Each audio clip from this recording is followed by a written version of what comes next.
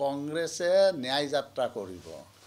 এটা কংগ্ৰেছে ন্যায় যাত্ৰা কৰিব সেইটো তেওঁলোকৰ এটা আভ্যন্তৰীণ বিষয়। তেওঁলোকে দলে লৈছে, দলৰ সিদ্ধান্ত অনুযায়ী বাৰু ন্যায় এটা এই প্ৰচাৰ কাৰ্যত তেওঁলোকে লিপ্ত হ'ব। কিন্তু কথাটো হৈছে এতিয়া ন্যায় হোৱা নাই নেকি? কিবা অন্যায় হৈ আছে নেকি? অন্যায় ক'ত হৈছে? অন্যায় ক'ত হৈছে? অন্যায়খিনি দেখুৱাই দিয়ক যে এইখিনি অন্যায় হৈছে। গতিকে এনেধৰণে প্ৰচাৰ কৰি কংগ্ৰেছে কিবা লাভ কৰিব পাৰিব সেইটো মই ভবা নাই।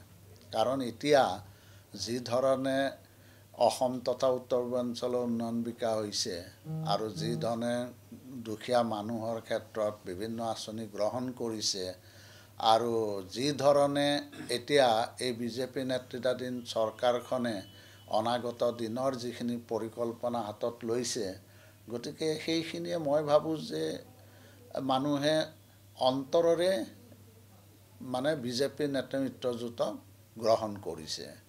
গতিকে তেনেধৰণৰ যিমানেই প্ৰচাৰ কাৰ্যত লিপ্ত নহওক কিয় তেনেধৰণে কোনো এটা যে সুফল লাভ কৰিব পাৰিব মই সেইটো ভবা নাই। মানে এতিয়া অসমত মানে অন্যায় হোৱা নাই, যেতিয়া ন্যায় যাত্ৰা কৰি মানে ৰাহুল গান্ধীয়ে লাভ নাই। লাভ নাই, সেইটোৱেই কথা। ক'ত অন্যায় হৈছে?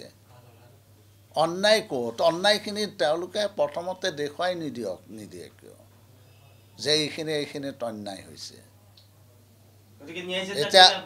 এতিয়া যদি অন্যায়খিনি দেখুৱাই প্ৰথমতে নিদিয়ে বা অন্যায় কৰা কথাখিনি যদি তেওঁলোকে ৰাইজক অৱগত নকৰে, এতিয়া ন্যায় প্ৰচাৰ কৰি তেওঁলোকে সেইটো ন্যায়টো কি বিচাৰিছে সেইটোহে মূল কথা। গতিকে সেই কথাখিনিতো মই বুজি পোৱা নাই। গতিকে মই যিহেতু বুজা নাই, ৰাইজেও একো বুজা নাই। এতিয়া যদি কংগ্ৰেছ তৎপৰ নহয় আৰু নিৰ্বাচন কেইটা দিন আছে, 2 মাহৰ পিছতেই নিৰ্বাচন অনুষ্ঠিত হ'ব। এইটো কংগ্ৰেছ বুলি নহয়, সকলো ৰাজনৈতিক দলেই এতিয়া তৎপৰ হৈছে। এইটোতো ৰাজনৈতিক দলবিলাকে যিহেতু ৰাজনীতি কৰে, দলীয় ৰাজনীতি কৰিছে, গতিকে তেওঁলোকৰ প্ৰাৰ্থীক জয়যুক্ত কৰাৰ কাৰণে তেওঁলোকেতো তৎপৰ হ'বই। এইটো এটা স্বাভাৱিক কথা, গতানুগতিক কথা। কিন্তু এই তৎপৰতাই তেওঁলোকক কিমানখিনি সুফল দিব সেইটোহে মূল কথা। 15টা দল, যিকেইটা দল আছে সেইকেইটা দলৰ অস্তিত্ব কিমানখিনি আছে?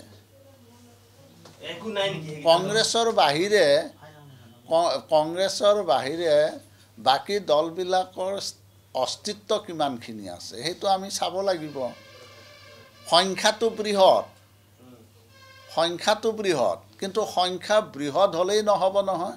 কুৰুক্ষেত্ৰৰ যুদ্ধত আমি যদি চাওঁ তেতিয়াহ'লে যুধিষ্ঠিৰৰ পক্ষত কেইজন আছিল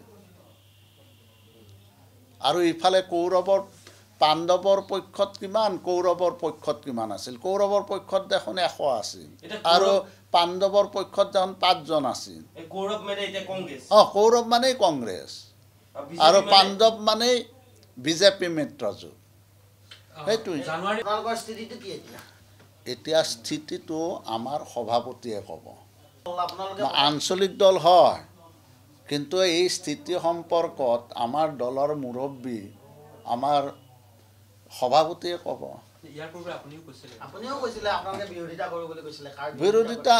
বিৰোধিতা কৰিছিলোঁ আৰু বিৰোধিতা এতিয়াও থাকিব। কিন্তু কথাটো হৈছে যে কাৰ সম্পৰ্কত আমিতো সুপ্ৰিম কোৰ্টত আমি মানে যিটো কাৰ বিৰুদ্ধে যিটো সুপ্ৰিম কোৰ্টত গোচৰ কৰা হৈছিল সেই গোচৰত আমিও আছোঁ। এতিয়া সুপ্ৰিম কোৰ্টে কি ৰায় দিয়ে সেইটো আমি চাওঁ। না, আমি এতিয়া সুপ্ৰিম কোৰ্টৰ ৰায়ৰ ওপৰত আমি নিৰ্ভৰ কৰিম। কোৰ্টৰ ওপৰততো কোনো নহয়। নহয়, এতিয়া আমাৰ কথা হৈছে সুপ্ৰিম কোৰ্টত আমি আছোঁ, সুপ্ৰিম কোৰ্টে যিটো ৰায় দিয়ে সেইটোত আমি আছোঁ। সুপ্ৰিম কোৰ্টৰ ৰায়ৰ পক্ষত আছোঁ আমি। আমাৰ গোটেইকেইটা সমষ্টি গোটেইকেইটা সমষ্টি এতিয়া চাওঁ কেইটা দিয়ে নাজানো আলোচনা হোৱাই নাই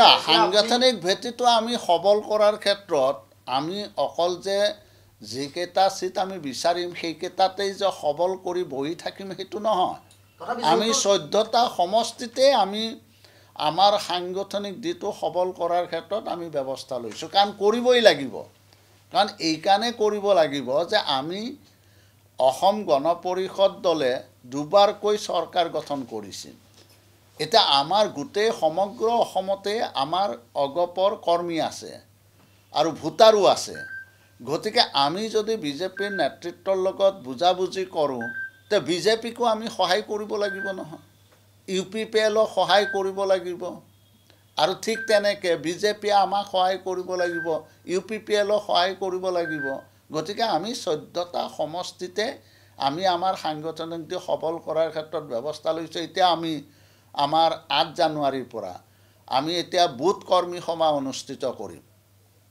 আমি হাজাৰ হাজাৰ কৰ্মীক লৈ আমি বুথ কমিটি কৰিম গতিকে আমি প্ৰত্যেকটো সমষ্টিতে কৰাৰ কাৰণে লৈছোঁ এতিয়া প্ৰথম পৰ্যায়ত আমি 5টা লোকসভা সমষ্টি আমি সমিতিত লোকসভা সমষ্টিত আমি তেনেধৰণৰ বুথ কৰ্মী সভা বিশাল বুথ কৰ্মী সভা অনুষ্ঠিত সিদ্ধান্ত লৈছোঁ প্ৰথম হৈছে বৰপেটা আমি 8 জানুৱাৰী তাৰিখে বৰপেটাত কৰিম 10 তাৰিখে কাজিৰঙা লোকসভা সমষ্টিত আৰু ঠিক তেনেকৈ 23 তাৰিখে আমাৰ যোৰহাট লোকসভা সমষ্টিত 30 তাৰিখে তেজপুৰ লোকসভা সমষ্টিত আৰু 2 ফেব্ৰুৱাৰীত আমি কৰিমগঞ্জ লোকসভা সমষ্টি এইকেইটা হ'ল আমাৰ এই যিহেতু তাৰ পৰৱৰ্তী সময়ত যেহেতু অসম বিধানসভা অনুষ্ঠিত হ'ব সেইকাৰণে আমি পৰৱৰ্তী সময়ত বাকীকেইটা সমষ্টিটো আমি আমাৰ বিধানসভাৰ মাজতে যদি বন্ধ থাকে তেতিয়াও আমি তেনেধৰণৰ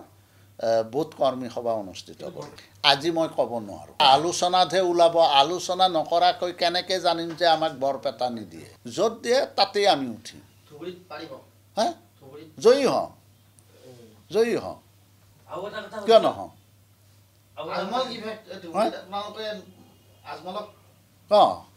আমি পৰাভূত কৰিব পাৰিম আপোনালোকৰ যিখন দলৰ সংবিধান যে আছে এই সভাপতি পদটো কিমান দিনলৈকে থাকে মানে সেইটো কি কোম্পানী টাইপ হৈ যায় নেকি যে বহুত দিনলৈ চেঞ্জ কোম্পানী নহয় এইটো গণতান্ত্ৰিক প্ৰক্ৰিয়াৰে হয় আমাৰ এতিয়া সাংবিধানিকভাৱে 3 বছৰলৈকে আমাৰ কাৰ্যকাল থাকে এটা কাৰ্যকাল 3 বছৰৰ ভিতৰত আমি আমাৰ অধিৱেশন অনুষ্ঠিত কৰিব লাগে কিন্তু আমাৰ ইতিমধ্যে আগষ্ট মাহৰ 21 তাৰিখে আমি আমাৰ 6 মাহৰ কাৰণে আমি এক্সটেণ্ড কৰিছোঁ এতিয়াতো 11 ফেব্ৰুৱাৰীত আমাৰ অধিৱেশন হ'ব এবাৰ সভাপতি চেঞ্জ হ'ব সেইটো আজি কেনে কম সভাপতি কিয় চেঞ্জ হ'ব সভাপতি চেঞ্জ হোৱাৰ কিবা যুক্তি আছে নেকি